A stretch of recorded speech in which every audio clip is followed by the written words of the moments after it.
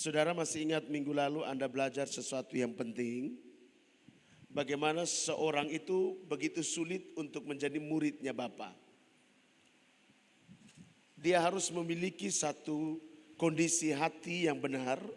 Sehingga dia bisa melangkah dengan pasti untuk menjadi seorang muridnya Bapa. Setuju katakan amin. Seumpama benih yang ditabur di pinggir jalan. Anda tidak boleh seperti itu hidupmu. Sehingga ketika Anda mendapatkan sesuatu yang benar dari Bapa, dia harus betul-betul hidup dalam kamu. Bukan seperti yang jatuh di pinggir jalan, benih jatuh langsung diambil oleh burung, kan biasa begitu. Seumpama benih sabda Bapa ini jatuh habis itu hilang begitu saja. Tidak sampai pada proses untuk mengalami pertumbuhan. Dia langsung pergi. Ada juga yang jatuh di tanah yang berbatu-batu. Tanahnya sedikit tapi batunya lebih banyak. Dia bertumbuh tapi tidak menghasilkan buah. Bisa nangkap? Cepat mati. Jangan sampai Anda seperti itu. Akan begitu sulit kalau Anda memiliki kondisi hidup seperti itu. Anda tidak akan pernah bisa sampai menjadi muridnya Bapa. Yang ketiga saudaraku. Ketika benih itu jatuh di tanah yang penuh dengan semak duri. Dia bertumbuh baik, dia besar, dia berdaun lebat. Tapi semakin dia besar, semakin juga dia dihimpit oleh semak duri. Semak duri bicara tentang keinginan, tentang kekhawatiran. Sehingga dia tidak bisa menghasilkan buah. Dia tidak bisa menjadi muridnya Bapa. Yang keempat, harus jatuh di tanah yang subur. Anda pernah lihat tanah yang subur? Tanpa diolah, benih itu jatuh, dia tumbuh dengan begitu baik. Ada amin? Dia cepat berproses, bertumbuh dengan baik, berakar dengan baik, dan menghasilkan buah pada musimnya. Kasih tahu sebelah kiri kanan. Itu yang harus kamu miliki dalam hidupmu. 1, 2, 3. Kalau tidak kita akan kesulitan untuk jadi muridnya Bapa. Kita kan tahu apa yang menjadi targetnya Bapa. Pergilah jadikanlah semua bangsa apa? Muridnya Bapa. Kamu lihat banyak orang dah ngerti untuk jadi murid emangnya hanya cuma datang, kumpul, papoko tangan, mendengarkan sabda Bapa. Habis itu disebut dengan revival. Bukan Kak. Harus sampai satu target, satu posisi, satu dimensi yaitu kamu menjadi muridnya Bapa. Nah untuk menjadi muridnya Bapa beberapa minggu yang lalu kamu belajar. Ada standarnya Bapa. Kamu harus memenuhi semua standarnya. Menyalipkan daging kamu, melepaskan semua yang kamu cintai, melepaskan semua milik yang mengikat kamu. Kamu harus bisa menghasilkan buah, kamu harus bisa mengasihi Bapa dengan segenap hati, jiwa, akal budi dan kekuatanmu. Baru Anda bisa masuk menjadi murid. Setelah jadi murid bukan selesai setelah itu habis, tidak Kak. Setelah itu diajar lagi. Supaya apa? Engkau tetap ada di dalam dia dan terus menghasilkan buah. Setuju katakan amin. Minggu lalu kan kamu belajar betapa sulitnya seseorang itu bisa jadi muridnya Bapa. Dia harus mengkondisikan dia punya diri, mengkondisikan dia punya pikiran dan perasaan. Harus benar-benar seperti tanah yang subur. Setuju katakan amin.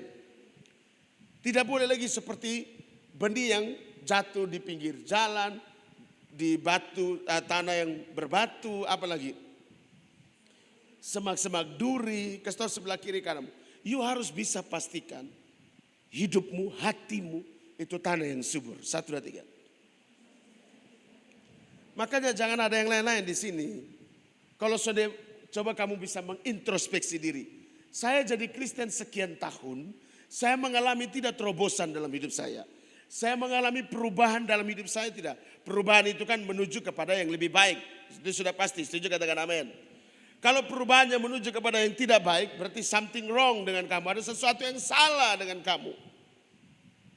Mana orang bertumbuh untuk rusak. Coba lihat sebelah kiri kan. Ada pohon yang lu lihat, dia naik, katanya ini pohon rusak. Tidak ada, pohon naik baik semua pasti. Amin. Dari mana kita tahu ini pohon sudah baik? Buahnya, kasih tahu dari buah. Ini pohon ini tahun ini hasil parah. Ini tahun ini dia hasil busuk semuanya dari buahnya. Ini pohon sonde baik. Kasih tahu sebelah kiri kananmu. Hati-hati dengan hatimu. Kasih tahu lagi, hati-hati dengan kamu punya hati. Karena Bapak selalu lihat hati. Dan Bapak inginkan hati yang benar. Hati yang penuh dengan apa yang diinginkan oleh pencipta. Setuju, katakan amin. Saudaraku, ada satu hal yang ingin saya sampaikan lagi. Yang terus menghalangi anak-anak manusia untuk tidak bisa sampai menjadi muridnya Bapa. Satu hal yang berikut adalah kekhawatiran. Baca, kekhawatiran. Kekhawatiran. Oke. Seringkali Anda dengar pasti di gerejamu masing-masing atau Anda pergi kemana orang sering bicara tentang khawatir. Jangan kamu khawatir. Pertanyaan saya, kalau orang bilang jangan kamu khawatir, pernah tidak orang yang bicara suruh jangan khawatir tidak pernah khawatir? Kasih tahu, semua manusia normalnya pasti khawatir. Lanjut slide-nya. Lihat, 1, 2, 3. Ini menurut penelitian. 1, 2, 3. Menurut penelitian, kekhawatiran adalah reaksi normal. Pikiran terhadap sesuatu peristiwa yang terjadi normal. Kasih tahu, normal. Jadi kalau kamu tidak pernah khawatir, hebat sekali. Kau tidak normal kan? Pasti, otomatis pasti khawatir. Ada sesuatu yang terjadi dalam lupa diri pasti. Lu lihat, lu dengar, pasti ada sesuatu yang membuat kamu khawatir. Sekali lagi kita baca hasil penelitian ini. 1, 2, 3. Reaksi normal. Ini reaksi normal, Pak. Ini bukan sesuatu yang dibuat-buat. Tiba-tiba ada orang datang kasih SMS ke kamu ancaman, khawatir tidak? Atau bilang biasa. Lu omong di mulut biasa tapi di hati, di pikiran orang tahu. Pasti ada sedikit, itu reaksi normal Kak. Oke, menjadi pertanyaannya yang dikatakan oleh Alkitab jangan khawatir, itu khawatir yang model apa? Apakah rasul-rasul tidak pernah khawatir? Sebentar kita lihat ayat. Ada rasul namanya Paulus juga khawatir. Tapi kekhawatiran yang dirasakan oleh Rasul Paulus itu dengan dia berbuat apa? Lihat, kita lanjut terus. Manusia merasakan kekhawatiran ini untuk apa? Ini yang normal. Ini normal. 1, ada 2 saja saya kasih. 1, 2, 3. Sedikit khawatir akan, untuk, atau, lihat, kekhawatiran itu memotivasi kalau normalnya. Memotivasi seseorang untuk apa? Mencari jalan keluar atau bekerja keras untuk mencapai tujuan. Wih, beta rasa kesonde enak, khawatir. Tapi dia kalau normalnya dia akan apa? Mencari jalan keluar untuk bisa mencapai tujuan. Karena dia tahu ini besok sudah makan ini, katong bikin apa? Atau biar sudah mengalah sudah. Memati na mati so. Nah, katong biar puasa 3 hari ini beta rasa aman-aman sa. Kasih sebelah kiri kanan. Normalnya khawatir itu akan membuat kamu termotivasi untuk bekerja keras mencapai tujuan kamu. Kita lihat contohnya 1 Tesalonika 3 ayat yang kelima. Saya cepat saja ini hari.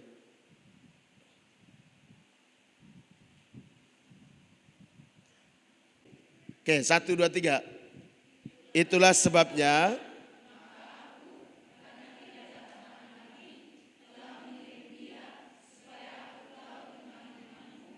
karena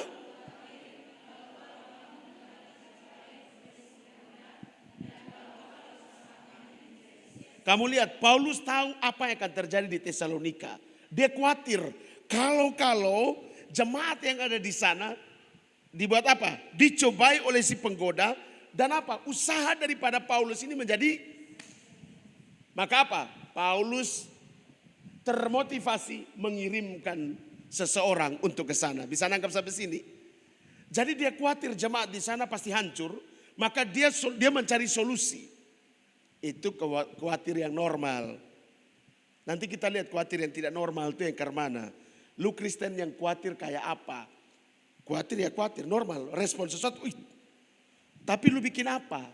Termotivasi untuk mencari jalan keluar? Untuk bekerja keras mencapai tujuan? Atau apa? Lihat Paulus. Dia khawatir loh, dia pun jemaat di sana itu pasti digoda. Mau digoda oleh setan. Bagaimana caranya? Apakah dia diam-diam saja? Dia biar persetan di situ. Itu jemaat mau jadi apa terserah. Kan tidak. Lihat Paulus. Dia khawatir tapi dia bertindak. Bukan khawatir dan tetap tinggal di dalam kekhawatirannya. Tidak. Dia khawatir dan termotivasi untuk menyelesaikan masalah di Tesalonika. Setuju katakan amin. Dengan cara mengirim orang untuk ke Tesalonika. Yang kedua. Itu motivasi. Jadi jangan khawatir habis itu diam. 2, 3.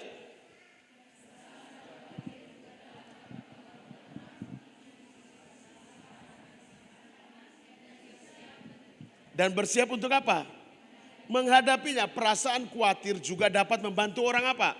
Mengantisipasi masalah di masa depannya dia. Dan bersiap untuk menghadapinya. Siapa sini sonde khawatir di masa depan? Coba. Beta besok ini kuliah habis, beta jadi kok sonde. Lu duduk di bawah pohon pisang situ kemudian. Beta tes nih, beta lulus kok sonde. Beta mau tes, kayaknya beta son lulus. Itu khawatir dan tinggal dalam kekhawatiran. Bukan dia termotivasi untuk mempersiapkan diri dia di masa depannya dia. Ada satu kisah di sini 2 Korintus 12 ayat 11 sampai 21. Anda baca di ayat yang ke-20 dan 21 saja. Agak kuat sedikit. 1, 2, 3. Ulang.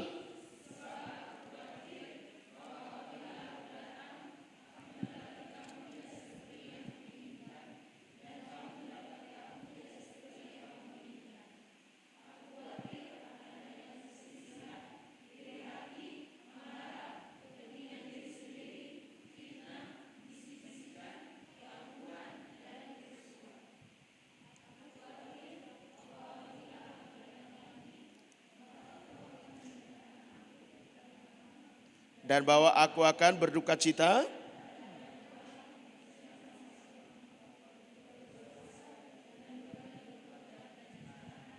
percabulan. Anda lihat itu masalah di jemaat di Korintus. Ini Paulus pusing. Paulus bikin apa? Dia lihat di depan sana ada sesuatu yang akan terjadi itu hancur di sana. Maka dia bikin apa? Kekhawatirannya itu bukan hanya dia tinggal dalam kekhawatiran. Dia mengutus Titus pergi.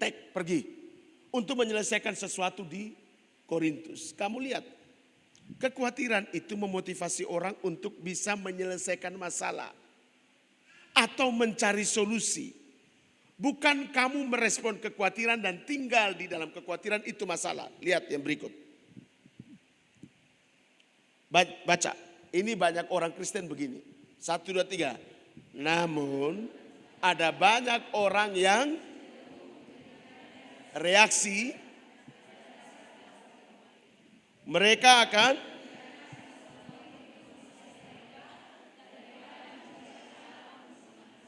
lihat, mereka fokus pada kekhawatirannya. Mereka lupa bahwa khawatir itu memotivasi mereka untuk mendapatkan solusi. Lihat, ketong terjebak di sini. Lihat, namun ada banyak orang yang cenderung memberikan reaksi berbeda pada rasa khawatir. Mereka akan membiarkan rasa khawatir menguasai mereka daripada apa? Kasih tahu. Kalau khawatir datang jangan sampai khawatir yang menguasai kamu. Tapi harus berusaha untuk mencari cara untuk mengatasinya. 1, 2, 3. Cara untuk mengatasinya. 1, 2, 3. Lanjut. Sehingga kamu mengerti di sini. 1, 2, 3. Khawatir adalah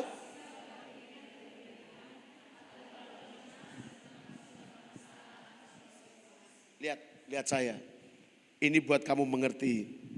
Tadi kamu lihat khawatir itu memotivasi. Kok tiba-tiba khawatir ini menjadi sesuatu yang berpikir berlebihan dan orang itu menjadi cemas. Kamu lihat 2 yang berbeda tapi dalam satu kata yang sama, khawatir. Kamu ada di posisi yang mana? Khawatir menjadikan kamu termotivasi untuk bisa keluar dari masalah kamu? atau khawatir, kamu menjadi orang yang cemas dan terlalu fokus dengan itu masalah, dan akhirnya kamu menjadi orang yang drop out, menjadi orang yang tidak bisa menyelesaikan masalah. Lihat, khawatir adalah sikap berpikir berlebihan. Ini yang respon dengan khawatir ini. Khawatir adalah sikap berpikir berlebihan atau apa? Terlalu cemas tentang apa? Sesuatu, masalah atau lihat Matius 6 ayat 31. 1, 2, 3. Jangan kamu khawatir.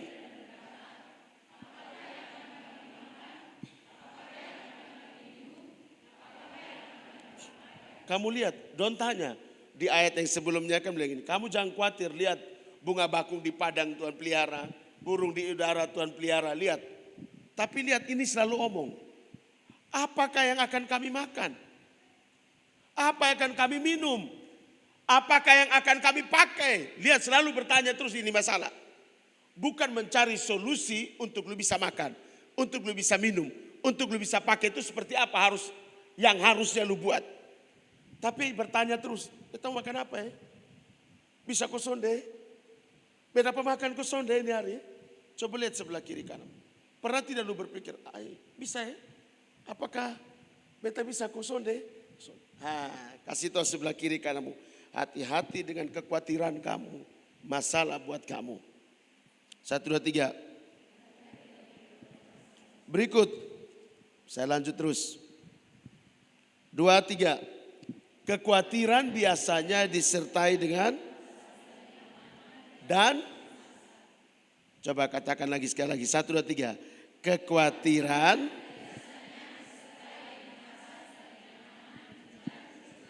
siapa sini pernah cemas? Siapa sini pernah tidak nyaman? Nah, ini berarti sudah lebih dalam lagi ya. Anda seharusnya itu responnya biasa-biasa saja memotivasi Anda. Tapi kamu lihat ternyata kamu pernah mengalami sesuatu yang tidak baik. Kamu responnya itu lebih berlebihan. Akhirnya menjadi cemas dan menjadi apa? Tidak nyaman. Kasih tahu sebelah kiri kanan. Hati-hati kekhawatiran itu menguasai kamu. 1, 2, 3. Karena kalau sudah tidak nyaman, apalagi menjadi cemas, itu penyakit. Lanjut. Sebelum Anda baca kasih tahu. Kekhawatiran yang berlebihan melahirkan ketidaknyamanan dan melahirkan kecemasan. Itu penyakit. 1, 2, 3. Omong kuat. Kekhawatiran yang berlebihan melahirkan apa? Kecemasan dan ketidaknyamanan. Itu omong kuat. 1, 2, 3.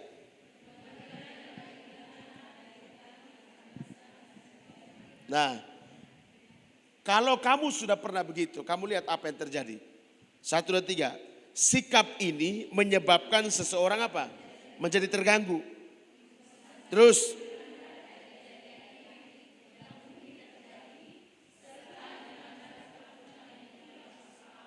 Dan tidak. Ini orang khawatir model begini kosong deh. Pernah tidak kamu alami? Seseorang menjadi terganggu sekali.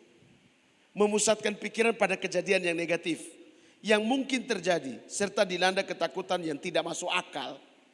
Randi pernah rasa? Dan tidak berdasar. Aneh. Lukas 12 ayat 25. Ini kita ambil ayat-ayat yang supaya kamu tahu, di Alkitab juga ada ya. Lukas 12 ayat 25 sampai 26.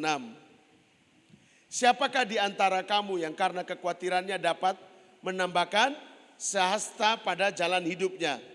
Jadi, jikalau kamu tidak sanggup membuat barang yang paling kecil, mengapa kamu khawatir akan hal-hal yang lain? Lihat, kalau lu tidak bisa lihat hal yang kecil ini, barang yang paling kecil, mengapa kamu khawatir akan hal-hal yang lain? Yang kecil saja lu sudah bisa.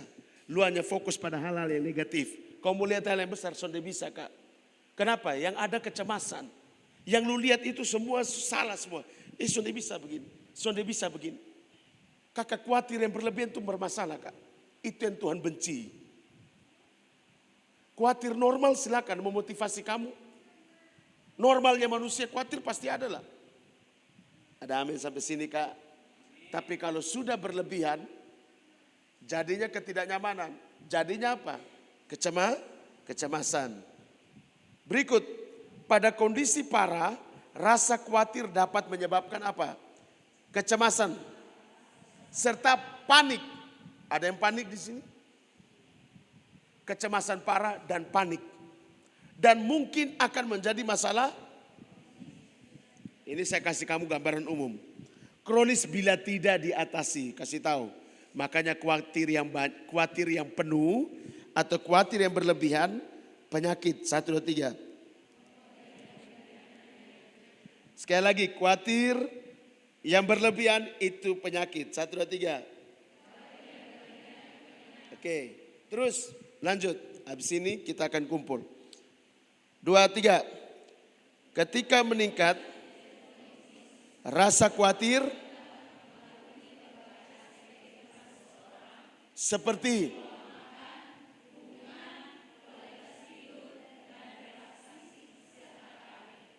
ulang. 1, 2, 3. Ini khawatir, cemas jadi kronis ya. Kekhawatiran yang melahirkan ketidaknyamanan, kecemasan ini jadi kronis.